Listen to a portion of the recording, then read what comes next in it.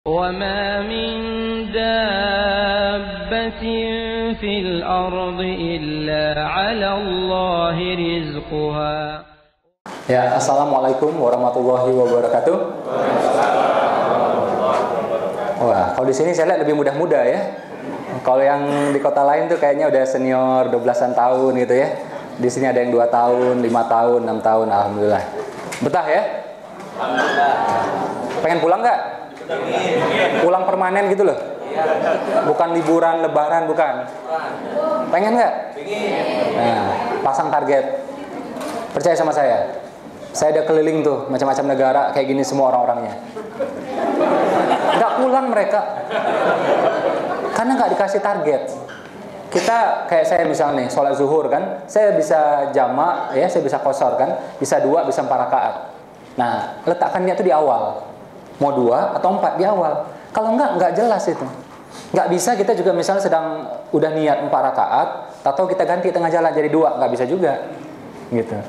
Niat itu, target itu diletakkan di awal, mempengaruhi hasil akhir. Dia tidak terlihat, tapi nanti hasilnya paling terlihat. Itulah niat, itulah target, itulah visi. Perusahaan namanya visi, ya, namanya target. Kalau agama namanya niat. Kalau bagi kita pribadi namanya impian. Ya. Nah, jadi taruh targetnya. Bikin kalendernya 2016 balik pulang permanen. Ke sini jalan-jalan, shopping, ya. Dan spending, udah. Ya kan? Beneran. Berapa duit yang kita mau? Tapi kayaknya nggak mungkin, Pak. Nah, itu bagi Allah nggak ada yang nggak mungkin. Kita yang meletakkan batasan, tuh. Jadi taruh dulu targetnya. Ya, taruh dulu targetnya. Setuju ya? Oke. Udah sekian seminarnya ya. Kita pulang.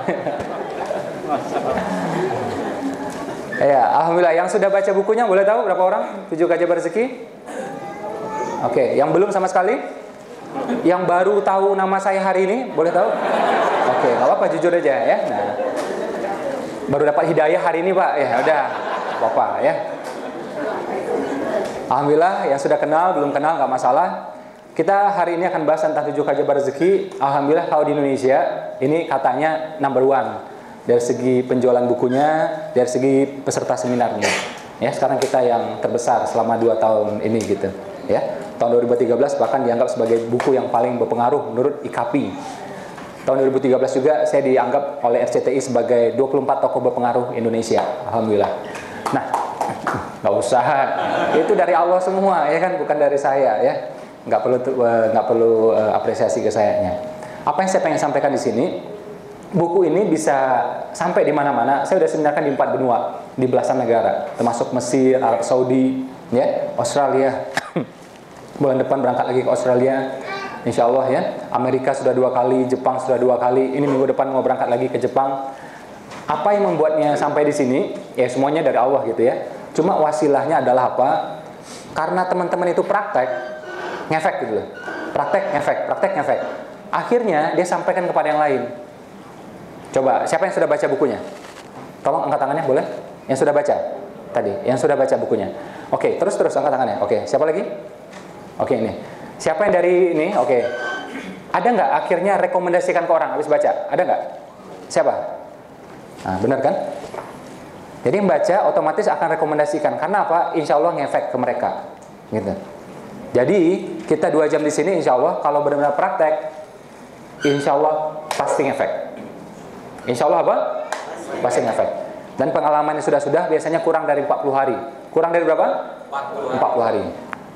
Ya, beneran ini. Syaratnya cuma 2. Jangan tunda 1 hari pun, jangan pertanyakan 1 hal pun. Ya, jadi nanti nggak boleh nanya. Ya, aman saya. Ya, nah, terus jangan tunda.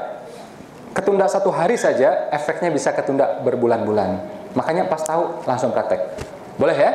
Boleh. Siap? Siap. Oke. Kalau saya bilang selamat pagi, tolong tepuk tangan 1 kali ya. Pagi. Kalau saya bilang selamat siang, tepuk tangannya 2 kali. Belum. Siang. Kalau saya bilang selamat sore, tepuk tangannya 3 kali. Sore. Nah, kalau saya bilang selamat malam, nggak usah tepuk tangan. Malam. Oke. Pagi. Sore, pagi, malam.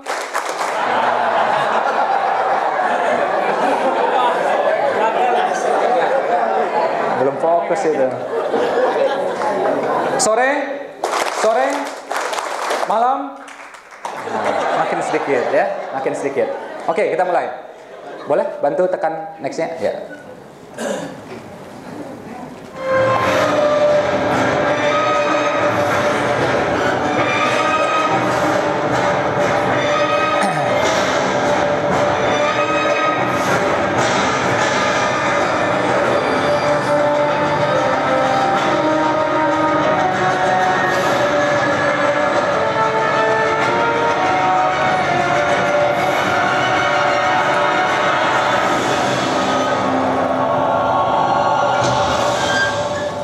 Maaf, tadi saya nggak dengar. Udah ada doa nggak tadi bersama? Hah? Sudah? Belum? Doa. Oke, boleh kita doa sebentar, 1 menit saja. Mudah-mudahan acara ini lancar, berkah. Ya, 1 menit aja.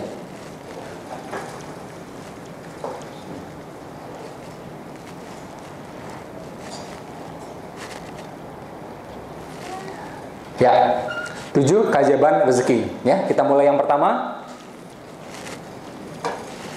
Ya, kita mulai dengan otak kanan. Kita ini dari SD sampai kuliah yang biasa itu otak kirinya, kanannya kurang. Ya, makanya fokusnya pada IPK gitu kan. Padahal yang paling penting itu adalah IPK, Indeks Pendapatan Kumulatif. Ya, nah itu yang penting. Ya, ganteng nggak jaminan, ya, cantik nggak jaminan. Sertifikat tanah bisa jadi jaminan, ya. Nah, jadi kalau indeks pendapatan kumulatif ini bagus, itu bisa sedekah, bisa wakaf, ya. Tapi kalau IPK yang di kampus itu nggak bisa diapa-apain itu. Bawa ke bank nggak laku, ya. Buat ngelamar, ya, ketemu calon mertua nggak laku juga, ya. Nah, tapi kalau IPK yang lain bermanfaat, indeks pendapatan kumulatif. Makanya kita saking kirinya hobinya tuh ngitung-ngitung, analisa gitu, ya. Duit dihitung, apa aja dihitung sama dia. Mau buka bisnis dihitung gitu, ya. Uang dihitung, kayak uangnya banyak banget gitu, ya. Nah, yang dihitung tuh yang duitnya banyak, ya enggak? Yang duitnya mepet apa yang mau dihitung coba, ya enggak? Apa yang mau dihitung gitu. Nah, kalau kanan ini sebaliknya dia. Dia otak yang tidak pernah diasah dalam sekolah kita. Bukan hanya Indonesia, di mana-mana juga sama. Ya. Apa itu? Pertama fleksibel dia. Pertama apa? Fleksibel. Boleh kita cek dulu, mohon handphonenya di silent, boleh? Boleh ya? Kalau masih bunyi juga kita denda 200 rial ya. Boleh ya? Kalau saya yang bunyi 500 rial. Ya. Nah, pas bilang ada denda langsung ngecek handphonenya ya. Nah, hitung-hitungan.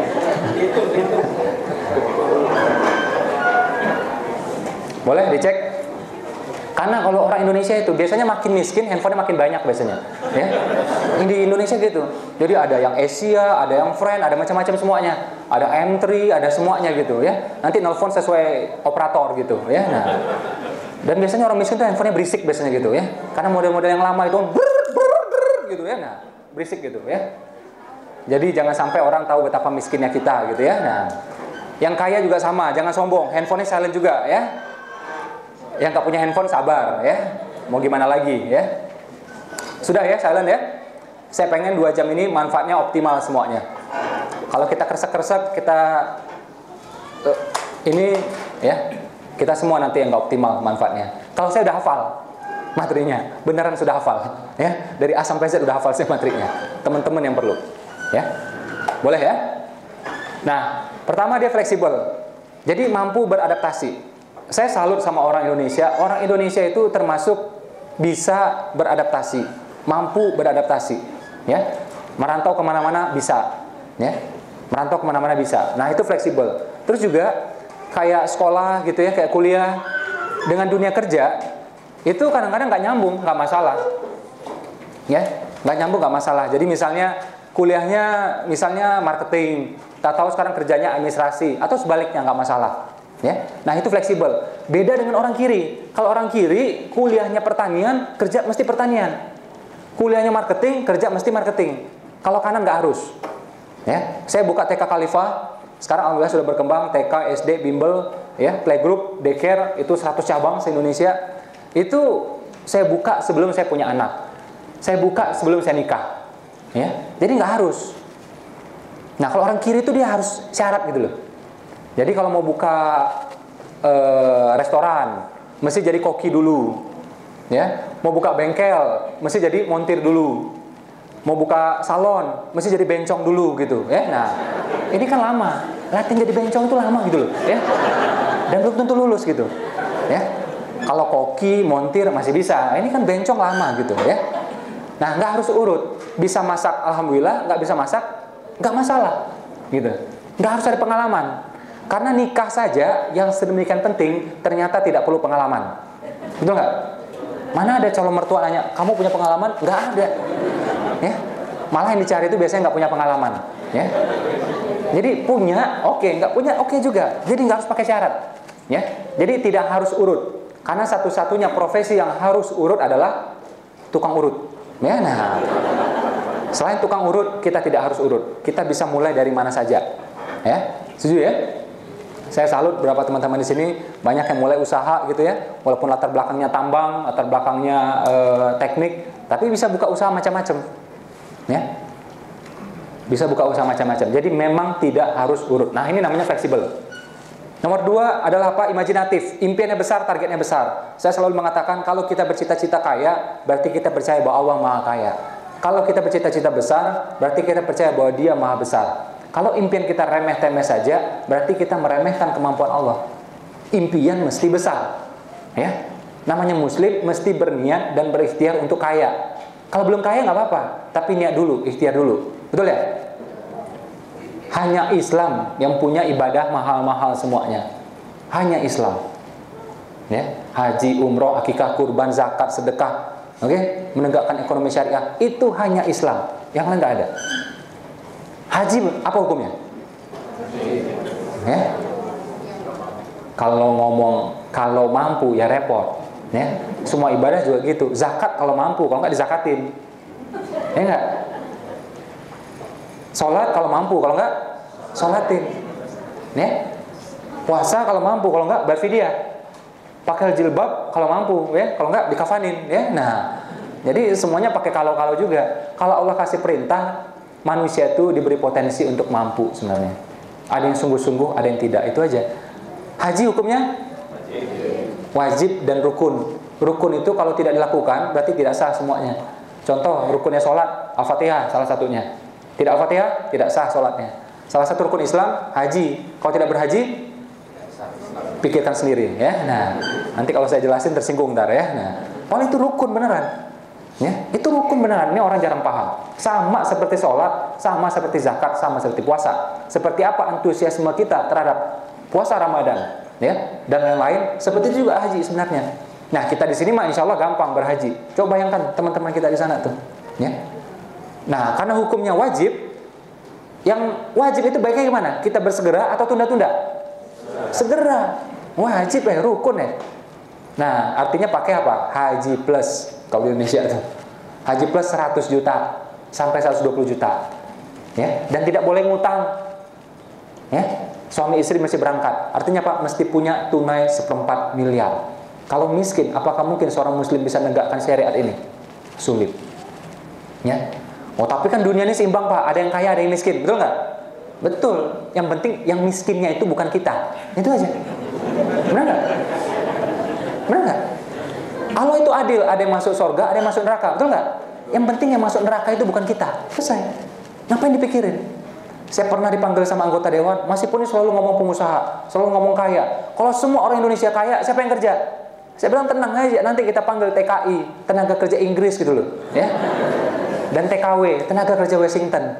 Jadi supir kita tuh bule gitu, ya. Nah, John, sini John, ya. Nah, nggak perlu kita belajar bahasa Inggris. Dia yang belajar bahasa kita, belajar bahasa Jawa, belajar bahasa Sunda gitu. Kan enak. Wong kita nih Inggrisnya goblok-goblok semua, ya nggak? Udah belajar nggak bisa-bisa gitu, ya. Logat Jawanya nggak hilang-hilang gitu, ya. Nah, makanya mending mereka aja yang belajar bahasa kita, ya. Kalau saya dulu alhamdulillah bahasa Inggrisnya lumayan. TOEFL saya waktu itu 550. Bagus nggak itu? 550, tapi itu bertiga sama teman-teman, ya. Di total dapatlah 550, alhamdulillah. Ya lumayan lah daripada enggak, ya. Nah, jadi repot juga. Dan memang kita ini negara berkembang, Pak, Bu. Jadi kalau nggak bisa bahasa Inggris diketawain. Orang Jepang, orang Korea nggak bisa bahasa Inggris, kita bilang apa? Hebat mereka, nasionalismenya tinggi. Gitu. Orang Indonesia nggak bisa, goblok tenan, gitu. Ya, itulah nasib negara berkembang. Kalau negara maju nggak bisa nggak apa-apa. Prancis nggak bisa, Korea nggak bisa, Jepang nggak bisa. Tenang aja mereka. Kalau orang negara berkembang mesti bisa. Nah, ini kan repot. Ya. Nah, jadi makanya nggak usah khawatir. Andai kata kita semua kaya nggak masalah. Nabi bilang sebaik-baiknya harta berada di tangan orang beriman. Ini udah beriman nggak nih? Kalau sudah beriman, artinya yang berikutnya mesti berharta. Sebaik-baiknya harta berada di tangan orang beriman. Betul nggak? Sudah beriman kan? Ya udah, hartanya belum. Ya, sudah Pak, tapi belum banyak. Kalau udah banyak nggak mungkin masih di sini, ya. Pasti udah pulang tenang-tenang dia, ya. Ngapain kerja siang malam sampai di sini gitu ya? Nah, sampai libur pun juga ditelepon kadang-kadang, ya.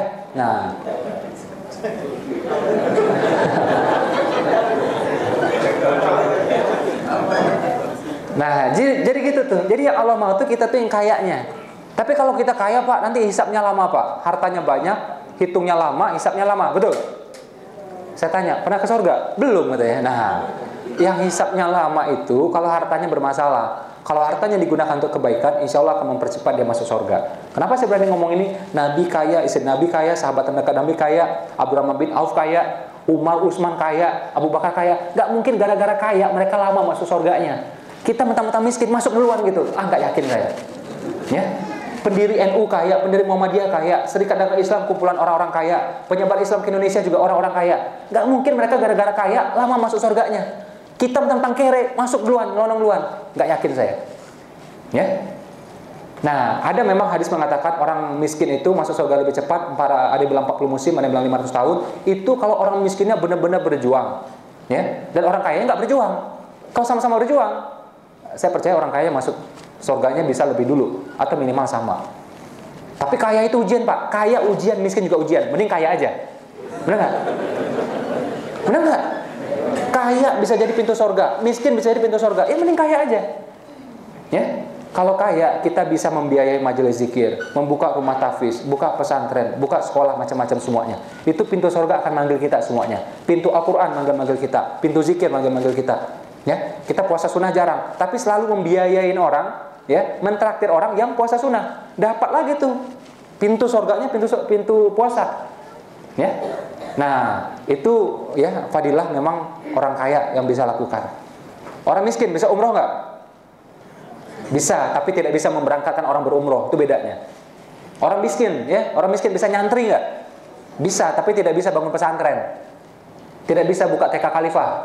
Ya. TK saya itu, ya. Nah, kalau kaya dia bisa lakukan dua-duanya. Zikir bisa, membiayai majelis zikir juga bisa. Ngundang Syekh Hisham dari Amerika juga bisa. Nyantri bisa, bangun pesantren juga bisa.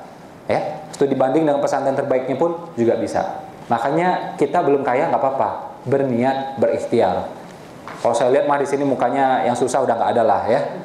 Yang miskin udah nggak ada, ya. Paling fakir, ya. Nah, jadi targetnya masih besar. Tapi Pak, Nabi itu miskin Pak, benar nggak? Nabi itu pernah miskin, pernah kaya. Beliau itu miskin ketika diboikot, ketika diembargo sekitar 3 tahun. Ya, jadi ini pelajaran buat kita semua. Kalau miskin jangan lama-lama, maksimum 3 tahun. Ya, kalau lebih dari itu sholat tobat. Ya, nah, kalau saya alhamdulillah dulu miskin belasan tahun ya, saya nyesal luar biasa dan saya sudah tobat, nggak mau balik lagi sudah. Ya, gantian sama yang lain aja sudah. Ya, dan saya nggak mau lagi. Jadi Nabi itu pernah miskin, pernah kaya, lebih lama kayanya. Tapi Pak, bajunya tambal-tambal katanya Pak. Tidurnya pakai alas daun. Nabi itu sangat sederhana, walaupun sangat kaya. Makanan dia kasih orang, dia puasa. Itu Nabi itu. Menantunya juga niru. Ali juga kayak gitu. Ali itu juga kaya. Ini kan di antara sahabat katanya Ali itu yang miskin. Di antara khalifah Ali itu miskin. Gak miskin juga. Ya, saya ditunjukin kitabnya itu ya, bagaimana Ali itu punya kebun, punya mata air, dan mata airnya bukan satu. Dan Ali coba, Ali itu pejuang. Ghanimah itu 1/5 tuh miliknya Rasul, ya. Dan dia termasuk dapat juga karena dia keluarga Rasul. Ya. Tapi dia sama seperti mertuanya, disedekahin. Ada budak-budak juga, ya. Dia mau ambil satu sama Nabi nggak boleh, ya. Untuk umat aja. Fatimah yang disuruh kerja, Ali yang disuruh kerja. Jadi mereka tuh karena sangat sederhananya, bukan miskin. Siapa yang pernah pergi ke Turki? Ya, ke musim Topkapi ya. Nah, itu kan ada pedang Nabi itu berbalut emas, ya, dan permata gitu. Jadi Nabi itu kalau dia perlu sesuatu walaupun mahal dibeli sama dia, dipakai sama dia. Pedangnya itu berbalut emas. Ya. Ontanya itu onta terbaik, Al-Qaswa. Baju perangnya itu juga yang terbaik. Karena perlu. Ya, nggak mungkin baju perang made in China gitu, yang KW lagi, nggak mau dia. Ya. Mobilnya ya, ontanya Al-Qaswa terbaik. Jadi kayak kita tuh, LC gitu minimal ya. Di Indonesia minimal Pajero, Everest, X-Trail. Nggak main tuh mobil-mobil itu yang merek-merek hewan itu loh. Kan ada tuh mobil mereknya hewan gitu ya. Jadi kalau buka garasi itu serasa masuk kebun binatang gitu loh ya. Ada kancil, kuda, kijang, apa itu coba ya. Udah bagus-bagus mobil, dikasih nama hewan, gimana ceritanya coba. Mbok ya hewan tuh yang keren gitu loh, Jaguar gitu ya. Nah, atau Mustang gitu, masih mending lah ya. Nah, jadi kalau Nabi itu pakainya Al-Qaswa. Jadi memang benar bajunya tambal-tambal, alas tidurnya daun kering gitu ya. Tapi kalau Nabi perlu sesuatu, walaupun mahal, dipakai sama dia, dibeli sama dia. Umar juga sama. Umar itu ketika meninggal mewariskan 70.000 ladang. Ya. Utsman sama juga, punya ladang-ladang 2 gunung, Aris dan Khaybar, 2 pegunungan, 2 bubukitan. Siapa bilang mereka miskin? Abu Bakar jangan ditanya. Ada budak lagi susah, dianiaya gitu, diazab gitu, ya. Udah dibeli sama dia. Dijual mahal, dibeli, dimahalin, dibeli sama dia. Ya, begitu selesai jual beli, ya dipanas-panasin sama yang punyanya. Ini budak harganya murah, ente kebeli mahal, dipanas-panasin. Karena Abu Bakar orang kaya, tenang aja dia. Ente yang jualnya kemurahan. Ya, kalau ente mahalin, aneh beli, dia bilang. Itu. Beda dengan kita, kalau tahu sesuatu itu terbeli mahal, pasti nyesek, ya enggak? Sakitnya tuh di sini juga, ya. Abu Bakar mah tenang aja, orang kaya. Ketika mata air dikuasai sama yang lain, Nabi bilang sama Utsman beli mata air. Ya, mata air mahalnya luar biasa. Tapi karena Utsman imannya kuat, hartanya kuat, tenang aja langsung beli. Coba bayangkan Utsman yang miskin, terus imannya lemah lagi, pasti nawar kayak kita gitu. Nabi boleh nggak beli 1 ember dulu gitu ya? Nah, coba dulu 1 ember, kalau cocok ntar kita iniin gitu. Kan orang kaya langsung beli aja, dimahalin tuh sama Yahudi, sekian kali lipat, dibeli juga. Oke, dimiliki cuma 1 hari, dibeli juga sama dia. Kaya soalnya, tenang aja. Ya, kalau kita tentu panjang ceritanya tuh. Oke Pak, kita penggalangan dana dulu, ini dulu macam-macam semuanya, kelamaan. Ya, terkumpul pun baru DP 10%, ya kelamaan. Ya. Ketika pasar dikuasai sama yang lain, Nabi utus Abdurrahman bin Auf, beli itu pasar. Jadi beli pasar langsung, bukan tolong buka konter di depan, nggak gitu ceritanya. Orang susah kayak gitu caranya, buka konter 2 meter di depan, nah itu orang susah itu. Ya. Karena Abdurrahman bin Auf uangnya banyak, hartanya banyak, langsung beli aja. Nabi bilang udah beli, langsung beli sama dia. Ya, itu pentingnya harta. Makanya kalimatnya, ayatnya mengatakan berjuanglah dengan harta dan jiwa. Andai kata orang-orang Islam, negeri-negeri Islam ini kuat hartanya semua, itu Israel main petasan aja nggak berani dia itu. Yakin saya, benar nggak? Karena kita banyak susah, banyak yang lemah, makanya mereka seenaknya bisa ngatur Amerika untuk veto, bisa semuanya. Negeri-negeri Arab kaya Pak, siapa bilang kaya? Kaya nggak seberapa kok. Coba bayangkan Coca-Cola Company itu kayanya seperti apa, Exxon itu kayanya seperti apa. Negeri Arab tuh nggak ada apa-apanya, makanya mereka bisa veto di PBB sana. Karena ujung-ujungnya kekuatan ekonomi, bukan soal besarnya negara apa enggak. Inggris tuh kecil aja kok, setengah Sumatera, ya, tapi bisa mempengaruhi dunia. Amerika apalagi. Nah, jadi kita daripada marah-marah, ngutuk-ngutuk Amerika, ngutuk-ngutuk Yahudi dan macam-macam, mending berjuang. Kalau kita semuanya kuat, kalau kita semuanya kaya, berjuang lebih gampang. Benar nggak? Berjuangnya lebih gampang. Setuju nggak ini? Kalau nggak setuju nggak apa-apa, pintu keluar dari situ, ya. Nanti bikin seminar sendiri, 7 keajaiban kemiskinan gitu ya misalnya. Dan kanan itu lateral, tidak harus surut. Kaya sedekah, belum kaya tetap sedekah. Kaya umroh, belum kaya tetap umroh. Kaya nikah, nggak kaya juga nikah. Justru nanti setelah nikah jadinya dikayakan. Aku yang mengayakan orang-orang yang menikah. Kebanyakan kita nunggu kaya dulu, ya, nunggu kaya dulu baru nikah. Jadi makanya kelamaan. Kebanyakan kita nunggu cukup baru sedekah. Mestinya Pak, cukup nggak cukup sedekah, ya, cukup nggak cukup sedekah, nanti jadinya cukup. Ayatnya mengatakan sesiapa yang disempitkan rezekinya hendaklah menafkahkan sebagian hartanya. Jadi sedang sempit, miskin, susah, bermasalah, disuruh sedekah harta. Supaya apa? Supaya nggak susah lagi. biar nggak sempit lagi. Ya, kebanyakan kita nunggu si kaya. Salah. Kaya sedekah, miskin juga sedekah. Orang kaya nggak sedekah, percaya sama saya, orang kaya nggak sedekah tetap kaya dia. Cuma hartanya nggak berkah. Benar nggak? Orang miskin nggak sedekah, makin nyungsep hidup dia, tahu nggak? Justru dia yang lebih urgent bersedekah agar dia keluar dari kemiskinannya. Betul nggak? Gitu. Ya. Jadi yang kaya bersedekah, yang miskin pun juga. Jadi tidak harus urut. Nah, ini namanya lateral. Karena tadi kita sudah sepakat, satu-satunya profesi yang harus urut adalah tukang urut. Ya. Hanya itu yang harus urut. Selain tukang urut, ya tidak harus urut. Ya tukang urut ya harus urut ya. Nggak mungkin dibalik tukang turu gitu, nggak bisa ya. Harus urut ya. Ya. Kita lanjut.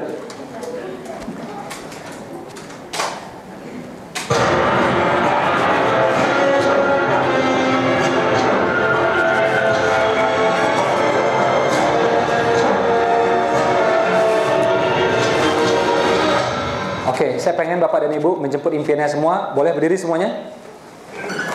Tolong berpasang-pasangan. Laki-laki sama laki-laki, perempuan sama perempuan.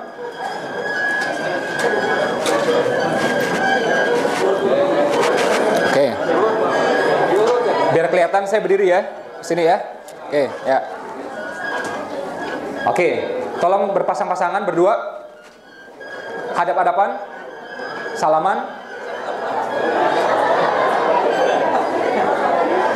Oke, salaman, jangan dilepas. Oke, tentukan siapa yang A, siapa yang B. Oke, A angkat tangannya A, B. Oke, tetap salaman ya, relax tangannya, santai. A akan mengikuti kata-kata saya. Siapa yang mengikuti saya? A. B mendengarkan si A. Makanya A, tolong suaranya jelas, tegas, penghayatan. Kita nanti ketawa-ketawa nggak masalah. Cuma sesi ini saya minta tolong ya. Tolong serius. Tolong fokus. Nggak lama-lama, hanya 2 menit ya. Hanya 2 menit. Tolong serius, tolong fokus. Boleh ya? Oke, tutup matanya semua. Tutup matanya semua. Saya mohon tutup matanya semua. A, ikuti kata-kata saya sekarang. Saudaraku. Saudaraku. Kurang serius, kita ulangi. Saudaraku. Saudaraku. Demi Allah. Demi Allah. Aku ridho dan turut mendoakan agar hidup engkau berkah, berlimpah, rumah tangga yang sakinah, anak-anak yang soleh dan soleha. Karena aku tahu engkau juga ridho kepadaku, mendoakan aku agar hidupku berkah, berlimpah. Saudaraku, insya Allah kita bisa. Karena engkau mendukungku, aku pun mendukungmu.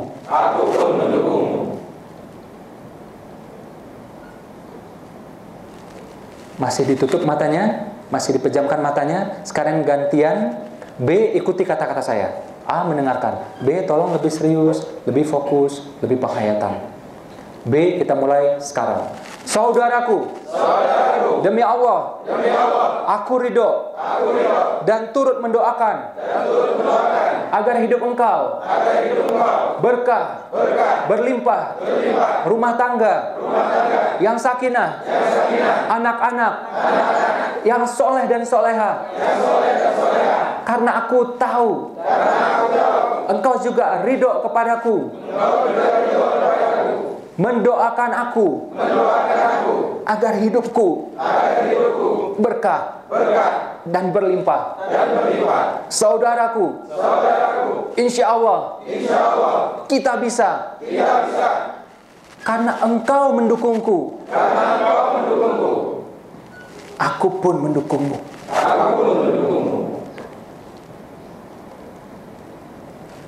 Silakan peluk temannya.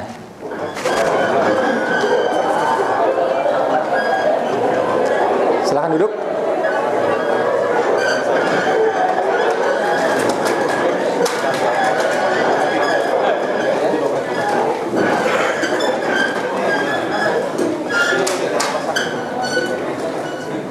Apa yang terasa?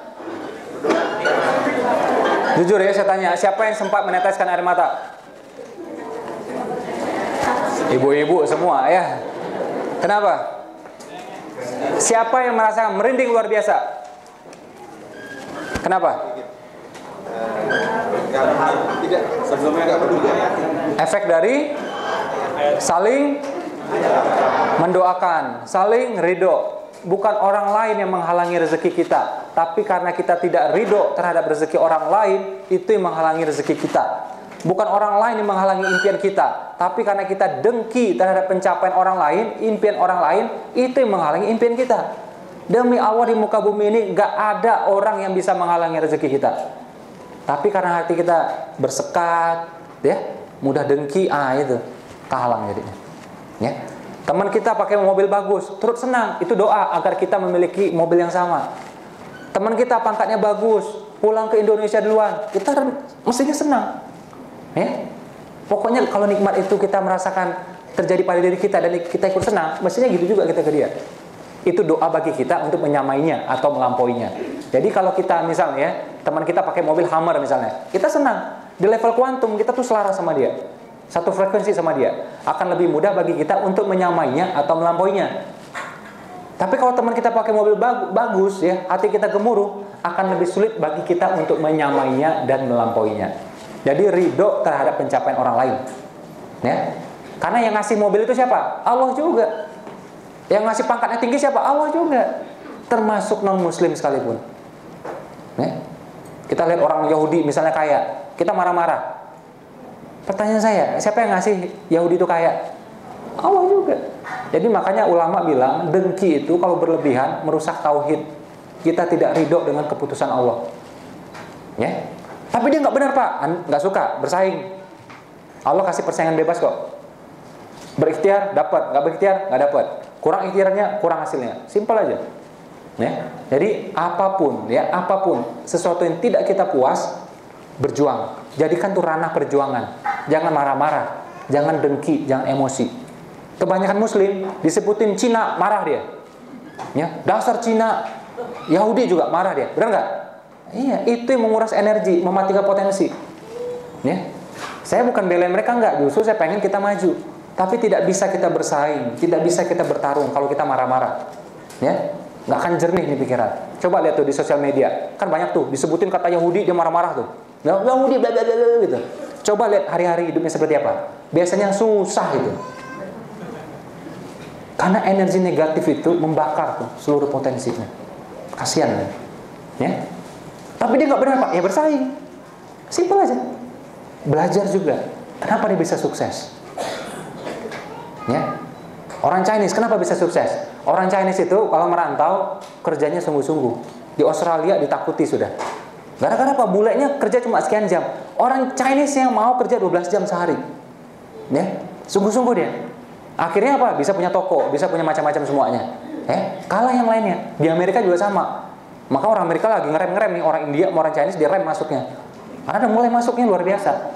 Gitu. Belajar. Ya kan? Orang Indonesia baru sukses dikit, handphonenya ganti. Ya, ganti 2, ganti 3. Ya kan? Kaya banget, kawin lagi. Waduh. Bukannya boleh atau nggak bolehnya saya bilang gitu ya, tapi banyak yang itu dia misfokus. Nggak fokus gitu. Ya. Makanya susah suksesnya. Ya. Nah, jadi tidak perlu dengki dengan pencapaian orang lain. Kalau kita ridho, itu jadi doa bagi kita. Saya waktu datang ke Jakarta, waktu merantau gitu ya, sering sebolak-balik. Cuma pas saya memutuskan untuk merantau, dijemput sama teman saya, naik mobil Volvo bagus, sport. Di Indonesia lumayan mahal lah ya, Volvo sport. Kalau di sini sih mungkin nggak seberapa gitu. Terus datang ke rumahnya, saya lihat rumahnya bagus, kompleks rumahnya bagus, jalan-jalannya bagus. Saya terus senang. Nggak curigaan. Kebanyakan kita lihat orang kaya gimana? Curigaan. Duit dari mana nih dia? Jangan-jangan ngepet. Ya nah. Saran saya kalau mau kaya nggak usah babi ngepet. Bukan apa-apa, kasihin babinya gitu loh. Ya. Udah babi dikepetin lagi. Ya nah. Saya terus senang. Wih mas, rumahnya bagus, kompleks rumahnya bagus. Berapa mas per meter sini? Sekian juta. Wah, terus senang kita. Akhirnya apa terjadi? Saya memiliki rumah di seberangnya sekarang. Rumah tinggal saya sekarang. Ya. Jadi kalau kita ridho itu Allah tuh juga demen dia. Kamu mau kayak gitu, seneng juga ya? Udah, gitu. Saya waktu tampil di sebuah kampus, ada mahasiswa gitu ya, kan rektornya bicara. Jadi pas rektornya bicara, cerita kan pengalaman dia di Perancis. Mahasiswanya yang di belakang ngetawain, Perancis, ngetawain gitu. Pas Pak rektornya turun, saya bicara. Saya bilang, Anda tadi yang ketawa-ketawa, ketika Pak rektor cerita pengalamannya di Perancis, Anda tadi yang ketawa-ketawa, insya Allah nggak bakal pergi ke Perancis, saya bilang. Kenapa? Allah kasih nikmat itu ke beliau. Anda nggak ridho, Anda ngenyek, Anda ngetawain. Bagaimana mungkin Allah kasih nikmat yang sama kepada Anda sebelum. Nah, kalau mau berangkat ke Prancis, ralat, ya, ralat tuh kata-katanya, ya, ralat sikapnya, ralat semuanya. Setuju ya? Termasuk juga kita lihat orang Qatar, mungkin hidupnya lebih nikmat. Udah ridho aja. Bagi Allah nggak ada yang mustahil kok, ya. Bagi Allah nggak ada yang mustahil kok. Saya orang yang bantu saya waktu di Malaysia itu, ya, saya dulu kuliah di Malaysia ya. Itu orang Indonesia yang kemudian menjadi warga negara Malaysia. Sangat-sangat sukses dia sekarang. Ya, sangat-sangat sukses. Hidupnya dulu apa? Susah. Jadi kuli, jadi TKI, jadi supir taksi, susah gitu. Ya. Lihat orang Malaysia itu hidupnya senang, dia pengen tuh berusaha kayak gitu. Bukan dengki, bukan marah-marah. Ya. Sekarang sukses dia punya restoran macam-macam di Kuala Lumpur. Ya. Dan restorannya besar.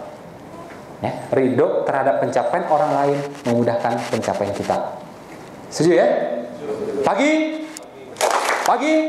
sore, malam. Nah, ngangguin orang tidur tuh ya, malam-malam tepuk tangan dia ya. Nah.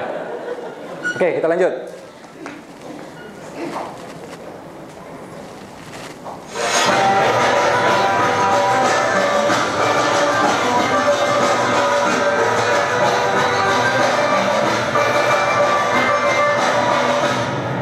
Ya, ini TK Khalifah, ada turunannya, daycare, ya, playgroup, SD, bimbel, sekarang 100 cabang se-Indonesia. Kalau TK-nya sendiri 70-an, ya, alhamdulillah. Ini anak-anak kita latih supaya mentalnya, cita-citanya jadi pengusaha sejak TK. Ya, ditanya, udah besar mau jadi apa? Pilot, hebat. Jadi apa? Dokter, hebat. Kita bilang, enakan mana? Jadi pilot atau yang punya pesawat? Jadi dokter atau yang punya rumah sakit? Nah, mulai kacau kepalanya tuh. Ya, nah. Akhirnya dia jawab, jadi yang punya. Lebih enak yang punya kan? Iya. Nah, itu namanya pengusaha. Siapa mau jadi pengusaha? Angkat tangan semuanya. Gak perlu pakai seminar, ya. Langsung cita-citanya jadi pengusaha. Ya. Ada yang bilang, Mas Ipo, ini kalau anak-anak jadi pengusaha semua, ntar siapa yang kerja? Tenang aja, anak-anak DTK yang lain. Ya, nah. Simple gitu loh. Ya, ngapain dipusingin semua gitu ya?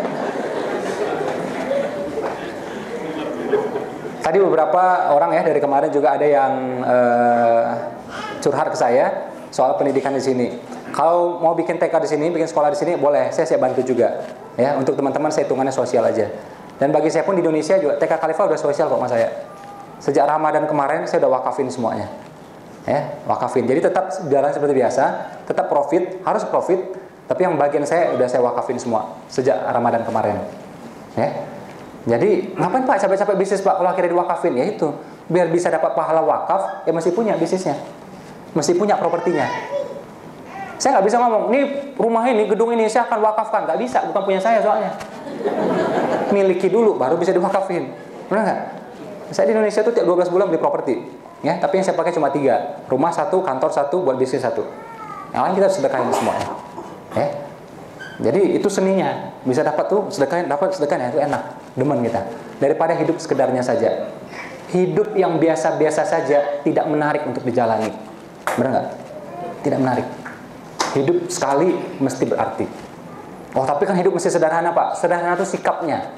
Amal hebat, prestasi hebat, harta hebat, pencapaian hebat, sikap sederhana. Jangan dibalik. Amal sederhana, harta sederhana, muka nggak jelas sederhana, nggak cocok itu, ya. Yuk lanjut.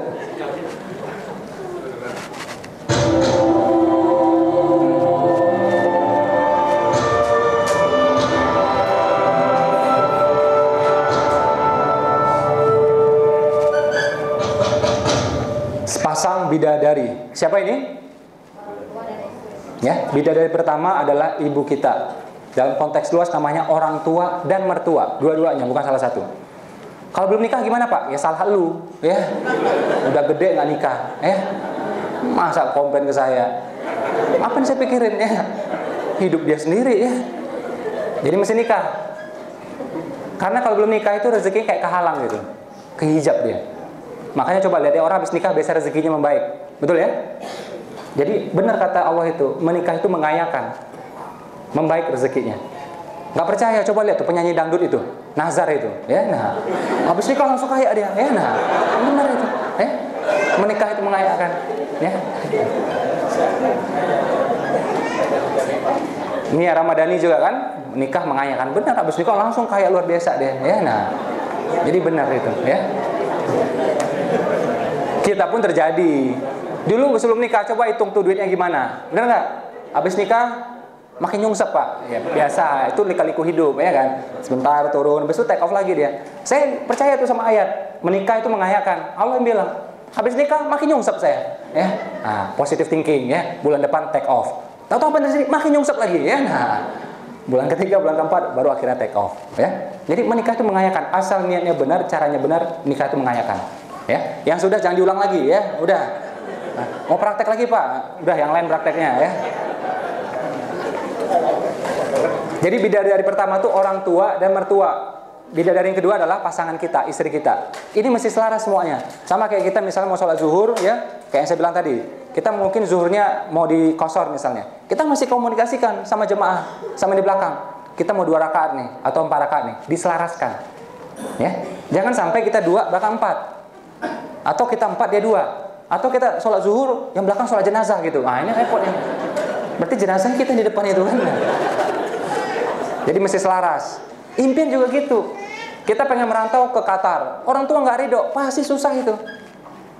Ya, kita pengen kuliah di sini, orang tua nggak ridho, pasti juga susah. Nikah sama si ini, orang tua nggak ridho, susah juga. Ya, mesti selaras. Kalau selaras percepatan, nggak selaras perlambatan. Ya, jadi apapun keputusan-keputusan besar yang kita ambil dalam hidup kita, pastikan selaras dengan ini nih, sepasang bidadari. Kalau istrinya banyak gimana Pak? Nah itu namanya bukan sepasang bidadari, tapi segerombolan bidadari, ya. Nah, ya. Lanjut. Pengalaman saya interaksi sama tokoh-tokoh ini, ya. Ini orang-orang terkaya di dunia nih. Donald Trump, ya, terkaya urutan ke-80 sekian. Richard Branson, ya, orang terkaya urutan ke-200 sekian, ya. Kalau kita urutan berapa di kota kita di Indonesia? Di kota masuk? Nggak masuk? Kecamatan? Kelurahan? Nggak juga? Kompleks rumah? Nggak masuk juga? Blok rumah? Blok rumah? Nah itu masih masuk Pak. Aku orang terkaya Pak di blok rumah itu. Karena di blok itu cuma ada 2 rumah Pak, ya. Satu rumah kita, sebelah rumah kosong, ya. Nah,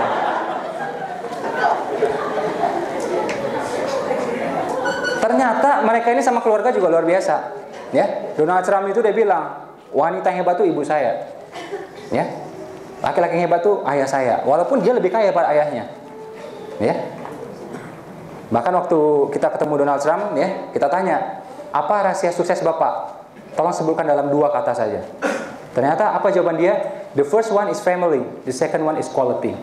Pertama pertama keluarga, nomor 2 kualitas. Dia bilang kalau ini beres semuanya beres, kalau ini kacau semuanya kacau. Itu Donald Trump yang ngomong, bukan ustadz, bukan pendeta, tapi kata-katanya luar biasa, ya. Nah, makanya mesti beres nih di sini. Mohon maaf, boleh saya tahu siapa yang di sini istrinya di Indonesia? Istrinya di Indonesia ada? Ya. Tolong ambil chargernya di tas saya. Kalau istrinya di Indonesia banyak. Ya, yang istrinya di Indonesia. Ya. Mau sampai kapan gitu? Hah? Beneran nih? Persiapan pulang. Ya, cukup itu. Ya, colokin aja.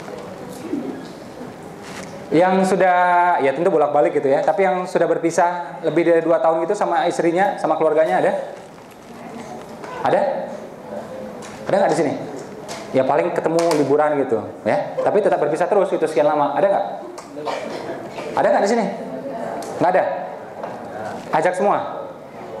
Oke, alhamdulillah ya. Jadi memang saran saya memang diajak aja semuanya. Andai kata pisah pun pakai target, paling lama 6 bulan, berapa gitu. Oke? Penanggung jawab terhadap keselamatan istri itu suami, 100%, dunia akhirat. Dia tabrakan sekalipun, digodain orang sekalipun, dia masuk neraka sekalipun, tanggung jawab suami 100%. Jangan taruh di sana yang kita nggak bisa kontrol. Oke? Anak apalagi. Kadang anak ditaruh di mana, aduh menurut saya nggak bener itu. Ya. Anak itu, ya itu nggak main-main. Kalau kita, katakanlah dititipi kucing sama Emir Qatar, dititipi kucing nih, harga 1 triliun. Pertanyaan saya, gimana cara kita menjaga tuh kucing? Kita jagain benar-benar kan? Ada orang dekat, gitu kan? Teman lama juga, nggak mau, nggak boleh dekat semuanya. Karena apa? Punya Emir ini, ya 1 triliun ini. Anak kita harganya berapa? Ya. Jadi saran saya, jangan juga ditinggalin di sana, di Indonesia, jangan. Kita, ya, nanti diminta bertanggung jawab adalah juga kita. Andai kata berpisah pun pasang target, 3 bulan, 6 bulan, angkat sudah semuanya. Ya, saya pernah mengalami masa-masa seperti itu. Bagaimana ayah saya juga pergi di kota lain, kita tinggal di kota lain, itu nggak enak. Anak perlu keberadaan kita, anak perlu keteladanan kita. Tidak bisa diganti dengan Skype, nggak bisa diganti dengan Line, nggak bisa. Kenapa di dunia ini, terutama juga kita lihat di Indonesia, banyak anak-anak laki-laki jadi banci? Kenapa? Kehilangan figur. Dia nggak ada contohnya. Ya, cari-cari sendiri. Lihat TV, lihat ibunya, ya udah. Ya, harus ada tokoh ayah di sananya. Begitu juga ibunya. Saya ngomong nih fakta pahit, tapi insya Allah benar. Karena penting benar saya harus sampaikan.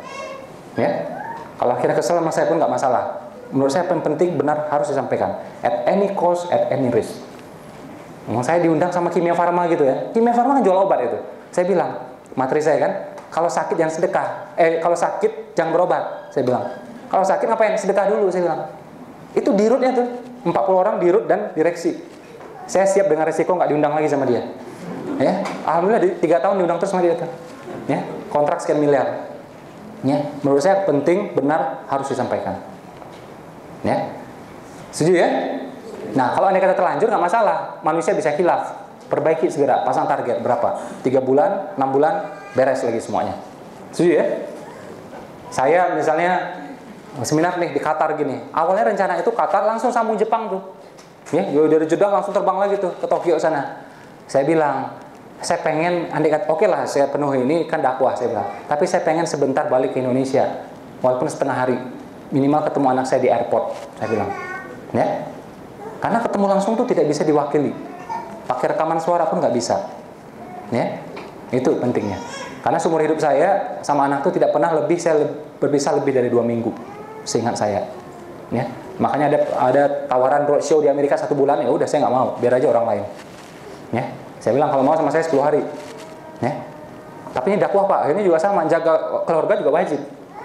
Ya, kecuali saya bisa angkut semuanya, mampu nggak biayain? Enggak Pak, udah jangan banyakin nego, saya bilang. Enggak, request, ini duitnya banyak, ya enggak. Orang kalau duitnya banyak boleh nego, ya nggak bisa jangan nego-nego gitu ya. Nah, karena saya juga berkewajiban jaga dia. Ada apa-apa, saya tanggung jawab dunia akhirat.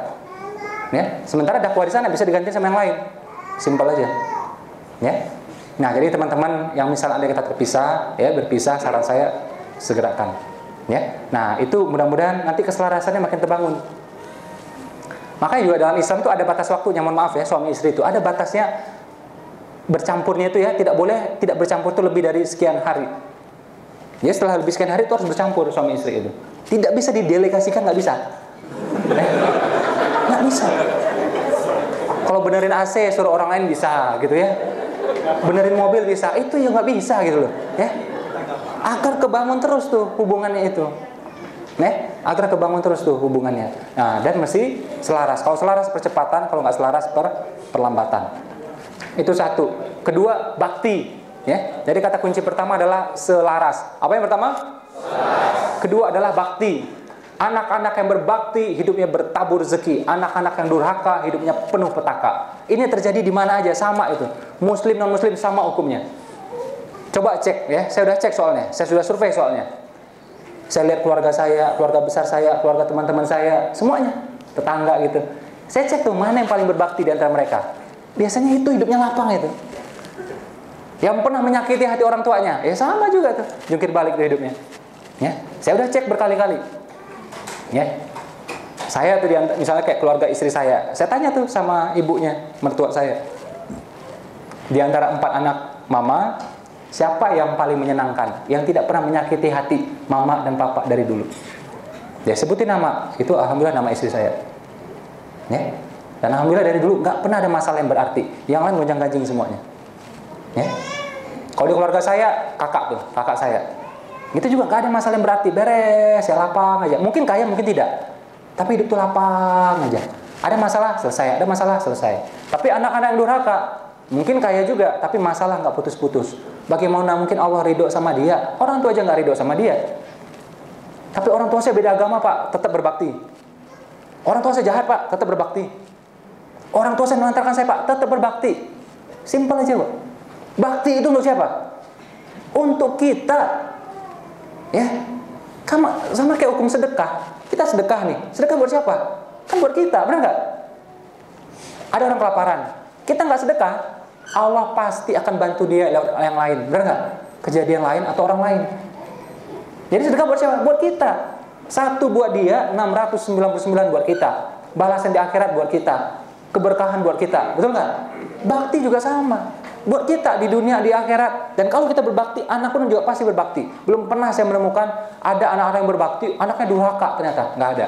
Kalau dia berbakti pada orang tuanya, anaknya juga pasti berbakti. Ya. Saya waktu TK dulu pernah lihat seorang ibu-ibu ngusir ibunya. Ya. Jadi ibu-ibu ini dia ngusir ibunya. Waktu itu saya masih kecil, masih TK. Saya diem aja. Karena kejadiannya shocking, ingat saya sampai sekarang. Ya. 30 tahun berlalu, apa yang terjadi? Dia punya anak juga, anaknya sebesar saya. Apa yang terjadi? Anaknya pun ngusir dia. Allah tunjukkan depan mata saya. Dia ngusir ibu, kayak dia pun juga diusir juga kemudian sama anaknya. Sunatullah bekerja, kausalitas bekerja, cause and effect bekerja, karma baik, karma buruk bekerja. Di tubuh manusia ini ada namanya tulang sulbi, tulang ekor, tulang katak. Ya, umat Hindu, Buddha mengenal sebagai saririka datu. Ya, mereka juga menyebutnya sebagai reliks. Makanya kalau umat Hindu kalau meninggal itu kan dibakar. Terus di antara abunya itu dicari tuh tulang reliksnya itu. Ya. Nah, kalau banyak kebaikan ya dia bentuknya putih. Kalau banyak keburukannya bentuknya hitam. Berdasarkan 2 hadis Nabi bilang bahwa manusia itu berasal dari situ dan akan dibangkitkan dari situ. Sahih Bukhari. Ya. Nah, itu tulang itu dia merekam semua kejadian baik dan buruk. Dan dia memastikan juga balasan buat kita juga. Ya. Jadi dia seperti microchip. Ya, yang akan menayangkan ulang semua kebaikan kita dan keburukan kita. Jadi bakti itu buat kita pada hakikatnya. Dan percaya sama saya, andai kata kita sakit, ya, cacat atau punya penyakit yang menjijikkan, tidak ada orang di dunia ini yang mau mendampingi kita kecuali orang tua kita. Pasangan kita mungkin udah pulang loh. Ya, sebulan sanggup, setahun sanggup, bertahun-tahun nggak sanggup itu. Ya, hanya orang tua kita yang mau mendampingi kita tanpa syarat. Saya sudah berbakti, Pak, tingkatkan. Ya, kalau kita pakai baju bagus, pastikan orang tua juga pakai baju yang bagus sama seperti kita. Kalau kita pergi ke tempat-tempat yang bagus, orang tua juga sama. Saya rencananya ke sini bawa orang tua saya, mertua saya. Cuma visa nggak keluar ya sudah. Ya, pastikan orang tua dapat yang sama dengan kita. Idealnya malah lebih baik. Ya, persis seperti orang tua kita dulu menafkahi kita. Dia cari yang terbaik untuk kita, benar nggak? Dia yang pakai sisanya. Dia kerja lembur demi kita. Beli mainan kita, bahkan demi mainan coba yang nggak penting sama sekali. Itu orang tua kita lakukan. Ya, bahkan mohon maaf kadang-kadang mungkin juga di kantor dia sampai korup, sampai nyuri-nyuri waktu demi kita itu. Ya, sampai tinggal juga sholatnya demi kita juga. Itu orang tua kita. Ya. Nah, makanya sudah berbakti tingkatkan. Nggak pernah cukup, nggak pernah cukup, nggak pernah cukup. Ini mohon maaf, begitu kita sibuk jadi orang penting, akhirnya apa? Orang tua jadi pembantu. Orang tua jadi babysitter. Ini enggak? Orang tua jadi satpam, jagain rumah kita. Itu kelakuan kita tuh orang-orang kota. Dan Nabi bilang itu tanda-tanda akhir zaman. Ketika orang tua udah jadi budak bagi anaknya. Ya, itu tanda-tanda akhir zaman. Ya. Kadang juga soleh-soleh, tapi sama orang tuanya juga baktinya kurang. Fokus pada amalnya aja, sama orang tuanya kurang. Bahkan kita ibadah umroh pun, mau batalin aja kalau orang tua nggak mau. Orang tua bilang nggak usah pergi deh, ya udah nggak usah pergi aja nggak masalah. Umroh sekalipun itu. Ya, karena masih sunnah. Ya, kecuali haji gitu. Ya. Jadi ya sudah, tolong tingkatkan. Kisah Malin Kundang itu fiktif, tapi pesannya benar. Anak-anak yang durhaka hidupnya membatu. Ya. Saya 2 minggu yang lalu saya ke Kawah Ijen di Banyuwangi. Itu luar biasa. Ya. Naiknya itu 1 jam. Ya. Itu capek luar biasa. Yang lain itu juga udah nggak sanggup itu. Boleh anak-anaknya dibawa keluar sebentar, boleh? Ya, sebentar aja boleh, setengah jam. Ya. Yuk.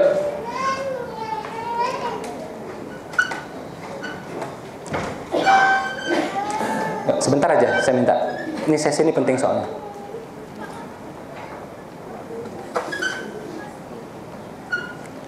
Siapa yang pernah ke Banyuwangi atau berasal dari Jawa Timur? Dari Jawa Timur ada di sini? Ya. Pernah dengar ya, Kawah Ijen ya? Itu naiknya tuh 1 jam, capeknya luar biasa, lebih dari 1 jam. Saya kan cepat, hitungannya 1 jam. Terus dari kawah itu turun lagi ke bawah 45 menit. Susahnya luar biasa, sampai kaki lecet, tangan lecet. Ya. Sampai kayak gitu tuh. Ya, naiknya susah lagi luar biasa. Yang bikin saya meneteskan air mata adalah apa? Itu saya lihat ayah-ayah yang lain. Ya, dia bawa belerang itu minimal beratnya 70 kilo dia bawa di sininya. Saya sama teman-teman saya berusaha ngangkat, boro-boro angkat, bergerak pun tidak. Ada yang badannya lebih besar daripada saya, coba nggak bisa itu. Dia ngangkat dari bawah itu, yang kita merayap-merayap itu dia bawa itu, coba bayangkan. Kita bawa badan aja susah, dia bawa itu lagi. Naik seperti itu, gitu lagi bolak-balik minimal sehari 3 kali. 1 kilo cuma dihargai Rp1.000. Kalau jumlahnya kecil cuma Rp900. Ya, jadi harus banyak didapatkan sehari. Saya ketemu dengan seorang dari mereka, saya tanya, Bapak kerja di sini? Ya. Anak Bapak tahu nggak Bapak kerja kayak ginian? Nggak tahu. Dia bilang. Kenapa Bang nggak kasih tahu? Kalau saya kasih tahu, sedih dia. Ya, nggak bisa belajar dia. Nggak bisa belajar dia. Kasihan sekolahnya, kasihan kuliahnya. Cukup istri saya dia tahu.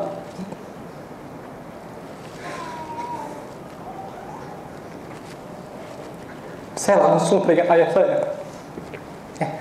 Pasti gini juga ayah saya. Pasti gini juga. Saya ada kesulitan, dia tidak kasih tahu. Kita beda dengan ibu. Ibu jelas lebih utama. Ya. Cuma ibu ini kalau ada masalah, kita ada masalah, dia langsung nangis di hadapan kita. Ayah beda. Dia tidak mau sedih depan anaknya. Agar anaknya kuat. Agar anaknya tegar. Kalau ayah sampai nangis, sampai kayak gitu, anaknya jadinya lemah. Ya, dia sembunyikan itu. Ayah saya belasan tahun kerja di lapangan, kulitnya sampai hitam luar biasa. Ya, saya yakin dia juga seperti itu. Dia sembunyikan kesulitannya demi anak-anaknya. Ya, tahu-tahu anaknya dewasa, lupa sama orang tuanya, baktinya kurang. Ya, sholatnya pun juga jarang-jarang. Kalau kita nggak sholat, orang tua yang nomor 1 susah itu. Kalau kita curi-curi, kita bermasalah juga di kantor, orang tua yang diminta bertanggung jawab pertama itu. Karena dia yang mendidik kita. Ditanya sama Allah, engkau didik apa anakmu sehingga anakmu jadi maling kayak gini? Kenapa anakmu ninggalin sholat seperti ini? Ya. Jadi kalau kita pengen berbakti pada orang tua, perbanyak amal. Sholat, jaga sholatnya. Ya. Itu yang paling membahagiakan orang tua kita, nggak ada yang lain, percaya sama saya. Ya. Dan gak cukup juga kita mentang-mentang di Qatar bisa kirim orang tua kita dengan gampang uang. Gak cukup uang aja, waktu juga. Telepon, temui, dengarkan dia, dan seterusnya. Ya, tidak cukup uang saja. Persis seperti dulu dia menafkahi kita, dengan uang, dengan waktu, dengan semuanya. Ya, kita akan dengar pesan dari Donald Trump ya tentang keluarga ini. Ya, kita lihat.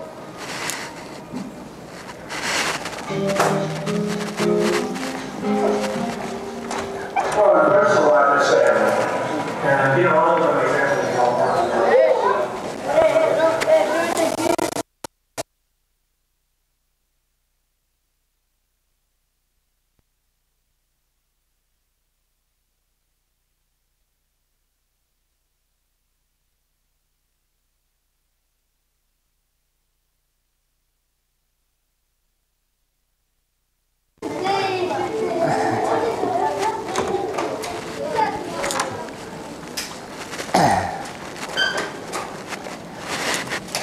Tadi yang disampaikan oleh Donald Trump tadi, ya. The first one is family, the second one is quality, ya. Keluarga.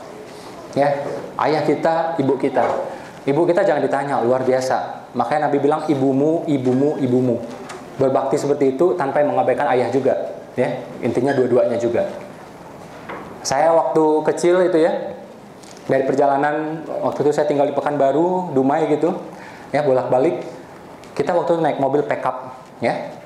Mobil ayah saya, dia yang bawa, ibu saya di samping, saya tidur, saya berbaring di pangkuan ibu saya.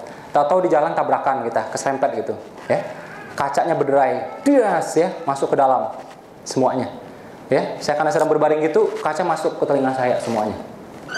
Apa yang dilakukan oleh ibu saya, dan saya percaya itu juga yang dilakukan oleh ibu-ibu kita semua.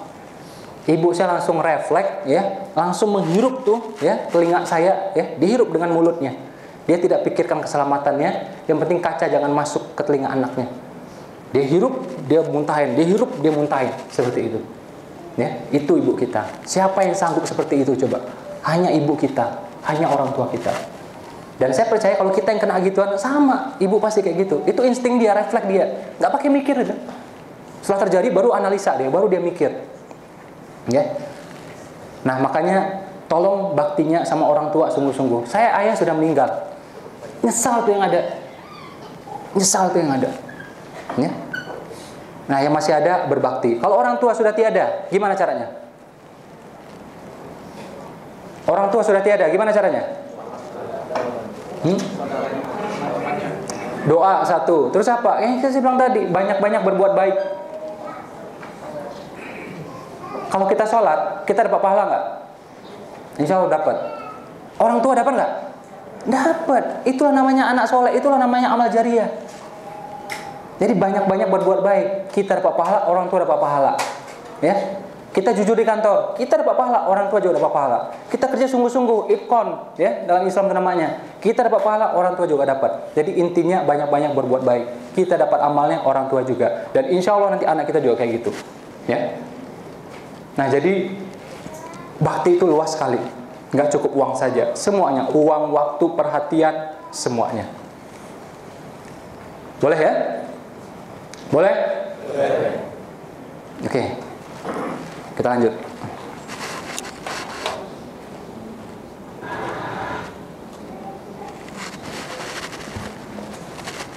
Ya.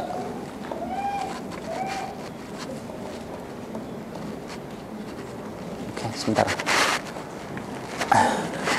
Maaf ya.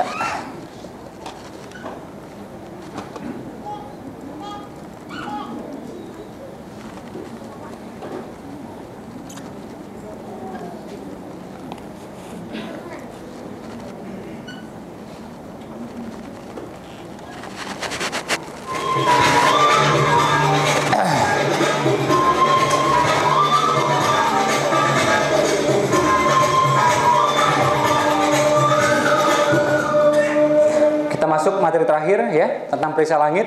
Di sini yang kita bahas adalah sedekah. Jadi perisai langit ini adalah amal-amal yang terkait rezeki. Ya, ada duha, ada tahajud, ya, ada sedekah. Oke, duha itu singkatan. Duha, doa khusus pengusaha. Ya, nah, pengen rezekinya kayak pengusaha, bukan sholat duha. Tahajud, tahu-tahu hajat terwujud. Ya, tahajudnya pegang. Ya, oh berat pak. Tahajud gitu, simpel aja, bangun aja 15 menit sebelum azan subuh, itu aja. Masih ada waktu tahajud tuh. Ya. Tapi jangan terus-terus kayak gitu ya. Itu awal-awal gitu, jangan sampai mati gitu aja terus ya. Jangan. Tahajud itu menggampangkan urusan kita, memudahkan urusan kita. Siapa yang di kantornya punya bawahan? Punya bawahan. Jadi di bawah kita tuh ada lagi orang yang kita bisa perintah, kita suruh. Siapa? Bawahan semua nih, nggak ada punya bawahan lagi. Yang punya coba angkat tangannya. Ini. Nah, kalau tahajud itu kata-kata kita kan didengarkan orang. Itu manfaat tahajud. Ya. Dan bukan hanya bawahan, atasan juga. Kita ngomong didengerin sama dia. Itu salah satu manfaat fadilah tahajud. Jadi tahajud pegang, saran saya. Ya. Biasanya orang kalau ada masalah baru tahajud, ada masalah terus tahajud. Dibalik, tahajud masalah nggak berani datang dia. Dibalik caranya. Ya, andai kata lewat pun dia numpang lewat aja. Ya, itu tahajud. Kemudian sedekah. Nah, sedekah ini memang amal luar biasa. Kenapa? Dia punya dampak vertikal dan horizontal. Kalau kita puasa, itu vertikal doang, horizontalnya kurang. Ya?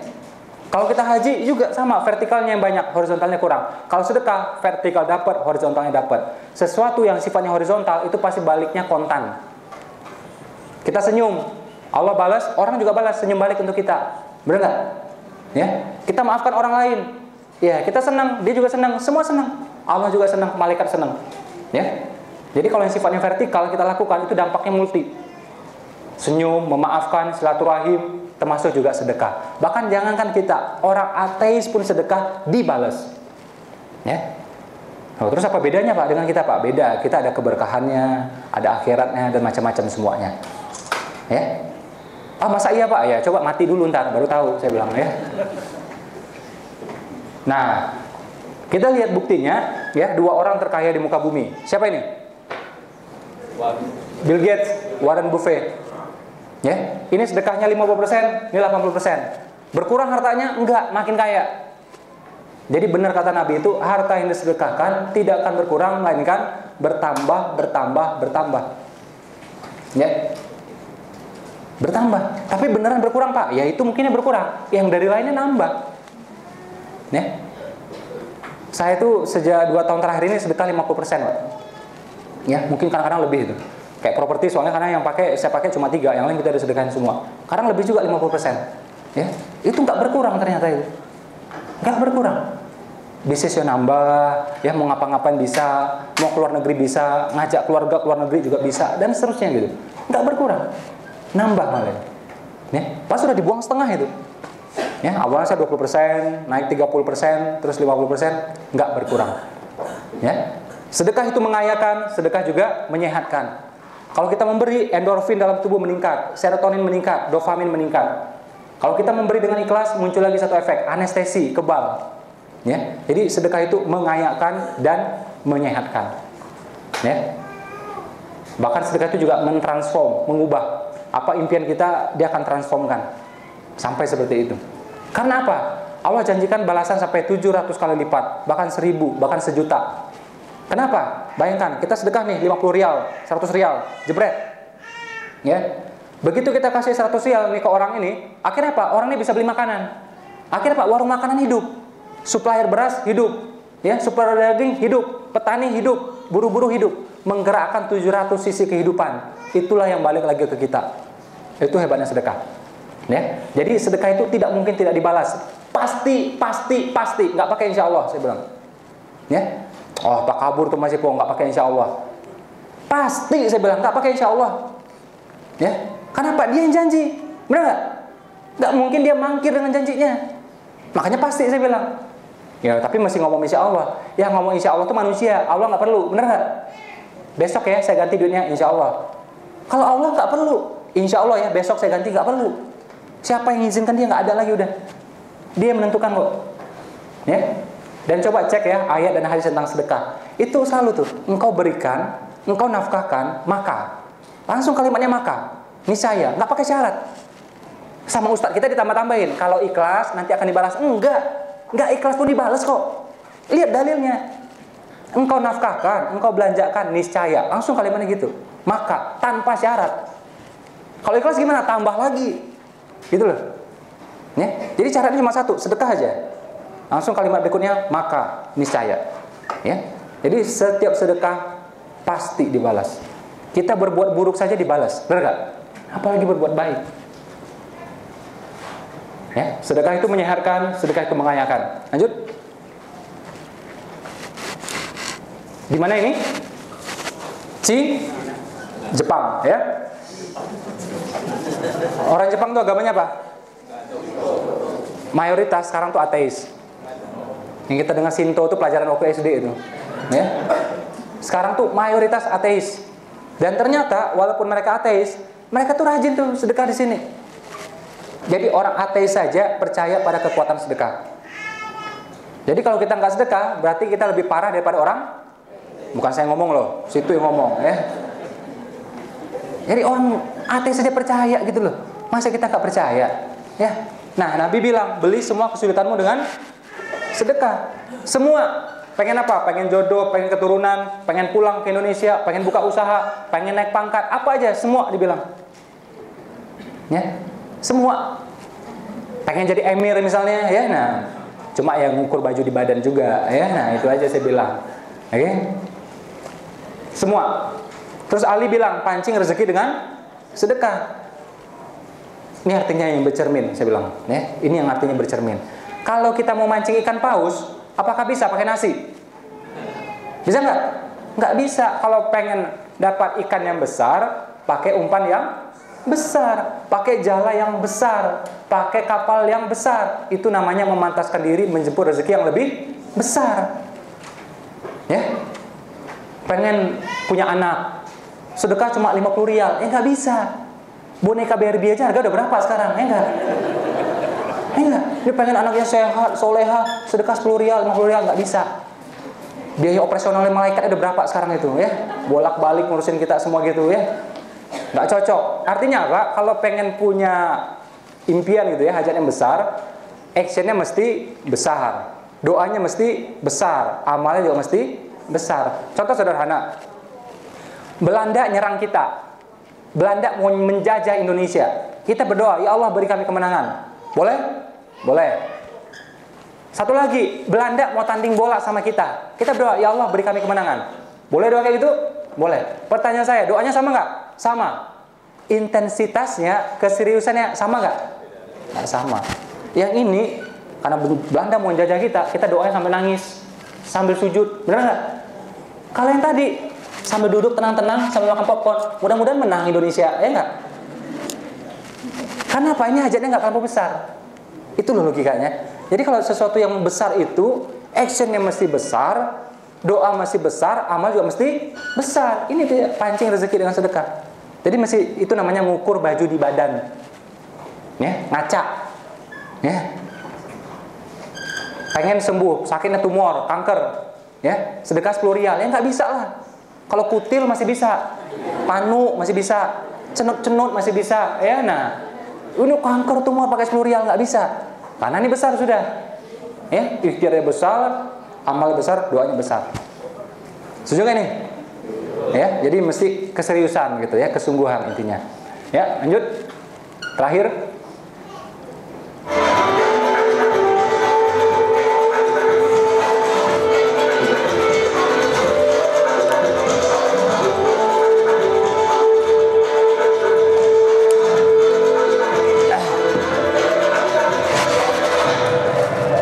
Apakah benar sedekah itu harus ikhlas? Nah, idealnya iya. Tapi andai kata belum, sedekah aja. Entar lama-lama juga ikhlas. Benar nggak? Iya. Kita waktu kecil puasa ikhlas nggak? Enggak, dipaksa sama orang tua.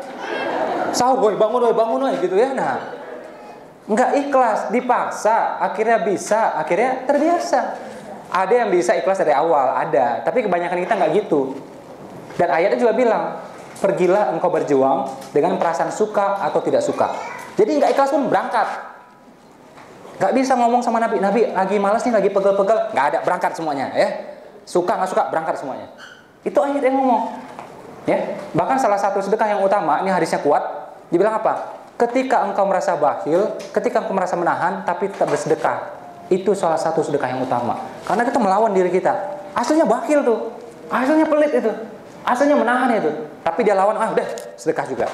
Nah, itu yang hebat, ya. Nah, jadi ikhlas sedekah, belum ikhlas juga sedekah. Entar lama-lama juga ikhlas. Entar lama-lama juga dapat tuh ikhlas, mercy ikhlas, ya. Dapat juga entar, ya. Dapat tuh ikhlas juga, ya. Nah, itu bonus dunianya, ya. Dapat ikhlas. Kalau sini udah nggak main lah, S class sudah ya, mercy S class sudah ya. Kalau di Indonesia masih banyak tuh yang naik motor. Saya bilang sama mereka, sahabat Nabi itu naik onta, saya bilang. Onta hewan berkaki 4, bukan burung onta, saya bilang. Burung onta kakinya 2, ya. Jadi kalau masih roda 2, ini masih naik burung onta nih, saya bilang. Kang ngikutin para sahabat, saya bilang, ya. Jadi mbok ya diganti gitu loh, ya. Nah, dan bagi teman-teman, ya, termasuk di Indonesia kita juga punya mobil. Itu mobil kita taruh tasbih, itu it's part of syiar, benar nggak? Jadi kelihatan tuh bahwa Islamnya kaya-kaya, taruh tasbih. Tapi kalau masih naik motor nggak usah taruh, ya.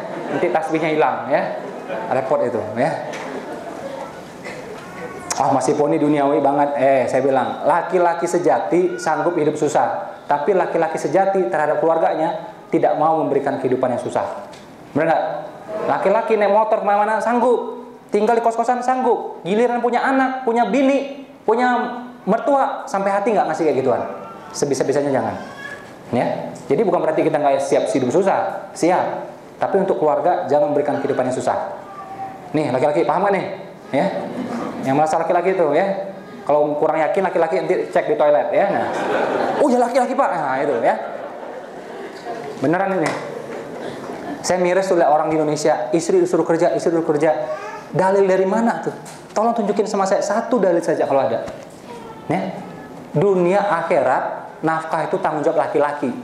Wanita belum nikah, tanggung jawab laki-laki, ayahnya. Sudah nikah, tanggung jawab suaminya, laki-laki. Bercerai, tanggung jawab saudara laki-lakinya. Wanita bebas urusan nafkah sebenarnya. Ya. Nah kalau disuruh kerja juga itu nggak benar. Boleh tapi darurat. Dan namanya darurat nggak boleh lama-lama. Ya, sebentar aja, 6 bulan, setahun, stop sudah. Laki-lakinya harus kuat. Ya. Setuju nggak ini? Ini alhamdulillah kayaknya nggak ada yang kerja ya. Ada yang kerja di sini nggak? Ada? Ya, nggak apa-apa ya. Saya sampaikan apa adanya nih, ini benar ini. 4 mazhab jawabannya sama kayak saya. 4 mazhab sama kayak saya jawabannya. Ya. Karena wanita itu kalau kerja, laki-laki ini dia punya hormon namanya testosteron, hormon target. Ya.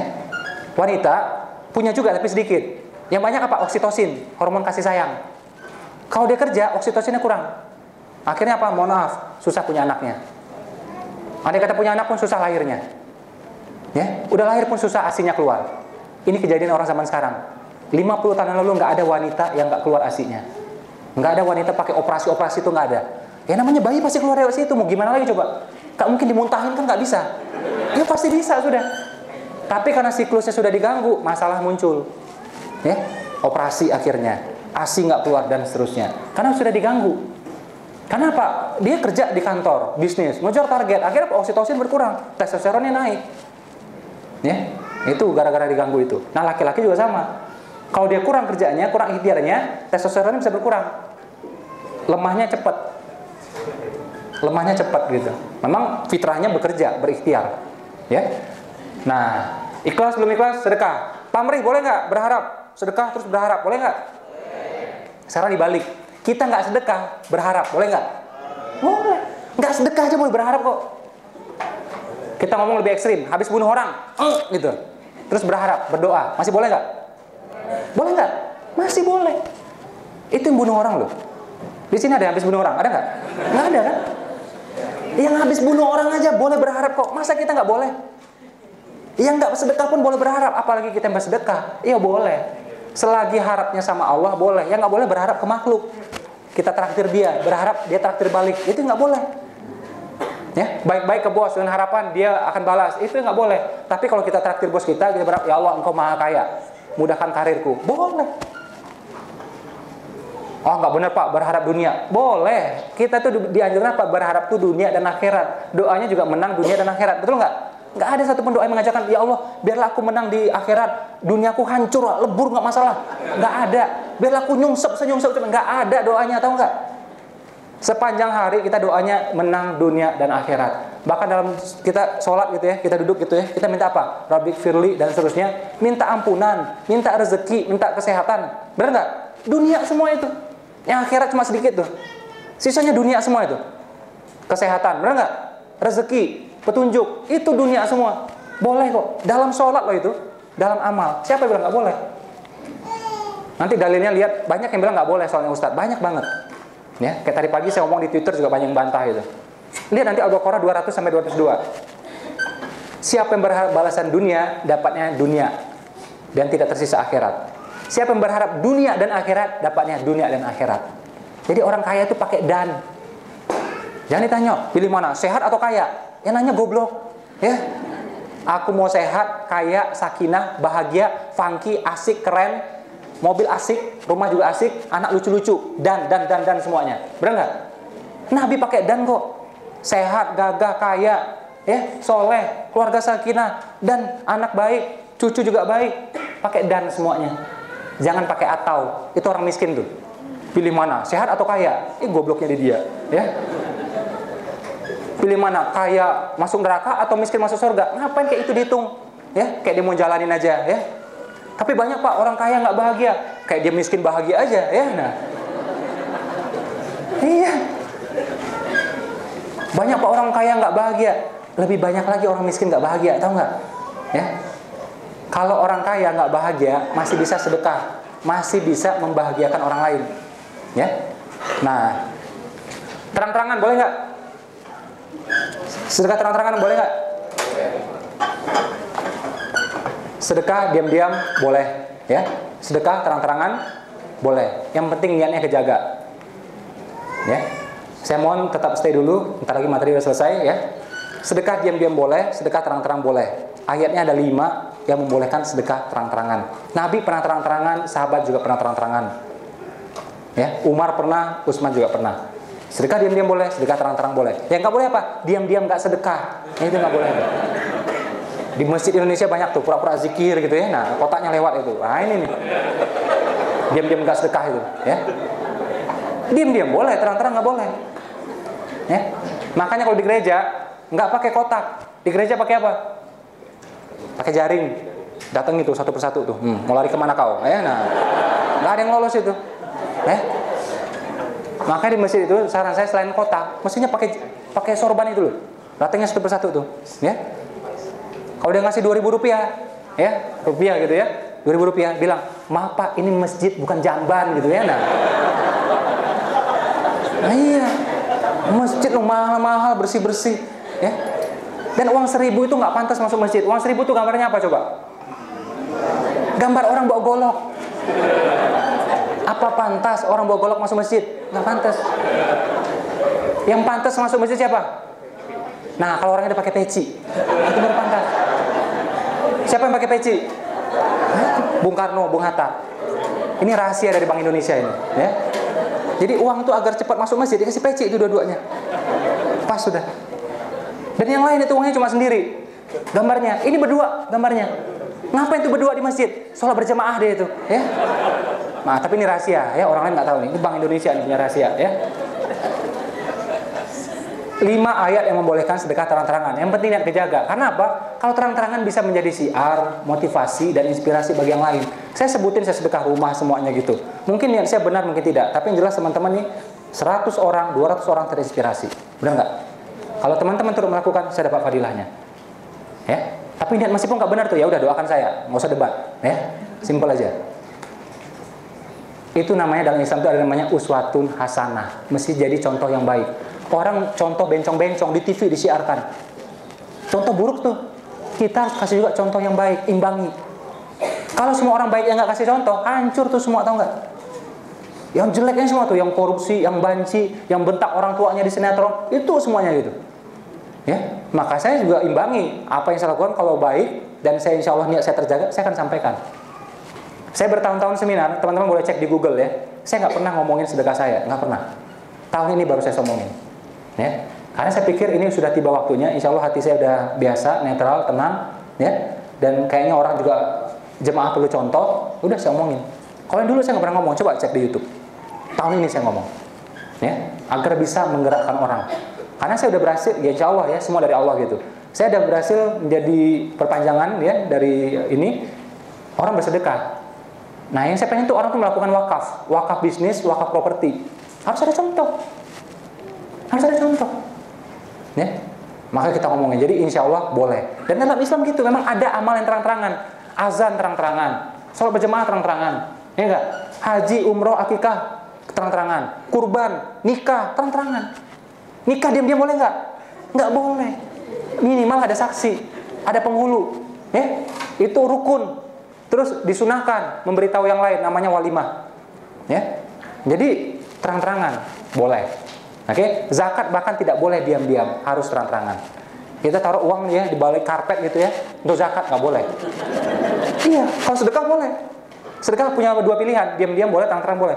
Zakat nggak boleh, harus ada yang menerima siapa. Ya, jadi zakat itu jangan disangka loh, itu mesti terang-terangan. Azan itu juga nggak boleh, azan bisik-bisik itu nggak boleh. Ayo sholat, nggak boleh kayak gitu, ya, terang-terangan. Ya, sa'i juga, lihat tuh di Al-Quran ngomong, sa'i pun terang-terangan. Nggak boleh sa'i diam-diam itu sembunyi-sembunyi, nggak boleh.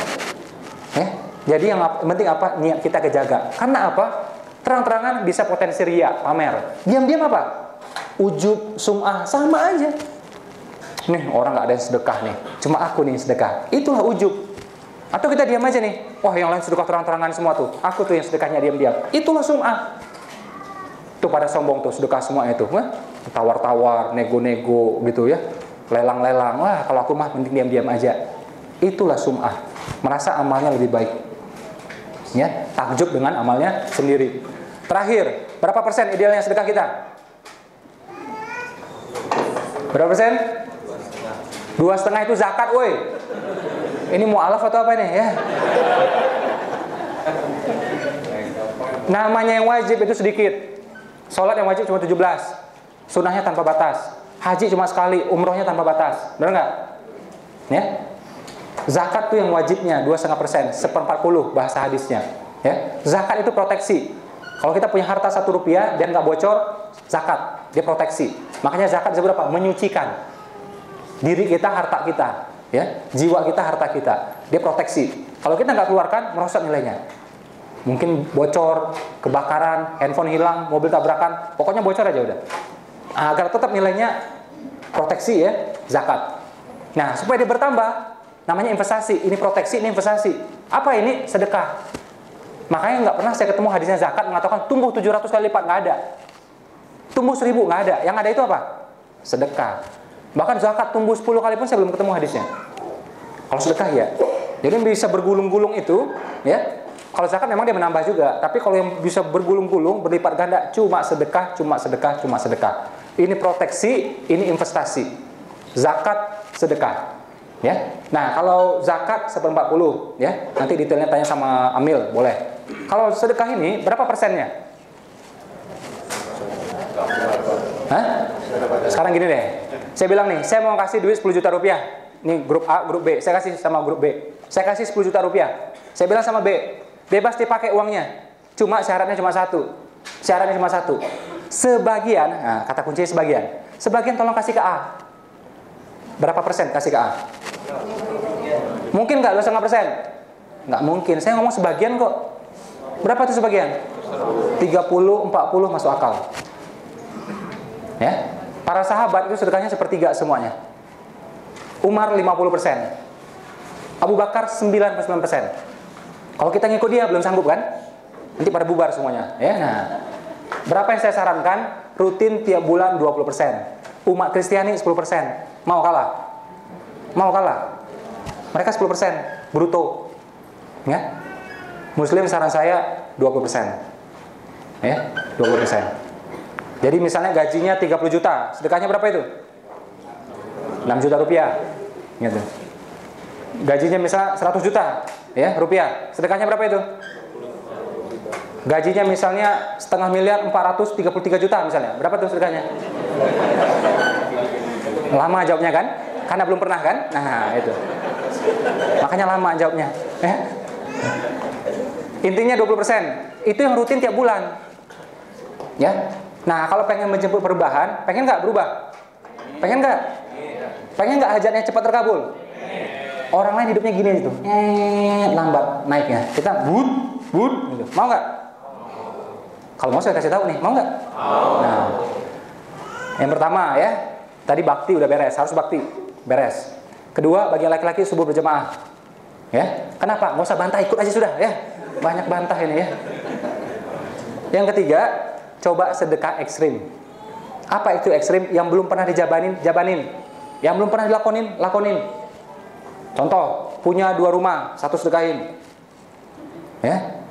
Punya 1 mobil, 2 mobil, 1 sedekahin. Nggak punya juga tabungan setengahnya, ya, 50%-nya sedekahin. Ya. Atau apa aja yang berat bagi kita, misal cincin pernikahan. Mungkin nggak mahal tapi berat. Cincin pernikahan kan jarang yang mahal biasanya. Karena dulu kan nikahnya miskin kan. Nah, sama kayak saya. Tapi kan sayang, ya enggak? Walaupun murah sayang. Nah, itu sedekahin, terutama buat ibu-ibu tuh. Apa yang sayangi sedekahkan, ayatnya ada. itulah disebut kebajikan yang sempurna, kita menyedekahkan sesuatu yang kita cintai. Ayatnya ada. Ya. Ini hajat-hajat besar itu biasa cepet tuh. Pengen pulang ke Indonesia, pengen rukun sama orang tuanya, pengen punya anak laki-laki, pengen anak perempuan. Nah, ini saya bilang, mesti sedekahkan sesuatu yang kita cintai atau yang berat. Biasa tuh sampai nangis gitu. Saya waktu sedekah mobil nangis saya. Ya. Biar saya nggak berubah pikiran, langsung saya telepon orangnya. Ya, nih saya sedekah nih. Kok nelfonnya maghrib masih po? Saya khawatir 5 menit lagi berubah pikiran saya bilang, iya. Jadi pas azan gitu langsung saya telepon dia waktu itu. Ya udah langsung lagi pengen langsung aja. Saya bilang nanti kalau ketunda 10 menit saya berubah pikiran, ya. Nah, istri saya pas tahu juga nangis juga deh. Besok nangis juga deh. Hari kedua udah biasa. Jadi kan nggak mungkin 30 hari nangis kan nggak mungkin gitu, ya. Ya nangis itu sebentar aja. Ya. Wah, teringat-ingat Pak, itu karena baru sekali. Sama orang misalnya sholat subuh berjamaah gitu ya ke masjid. Kenapa dia ingat? Karena baru sekali. Ya, yang baru taubat berangkat ke masjid pasti ingat itu. Sarung warna apa, peci warna apa, ingat itu. Benar nggak? Tapi udah sering ke masjid, ingat nggak? Lupa udah itu. Ya, dia pergi itu biasa aja sudah. Ya.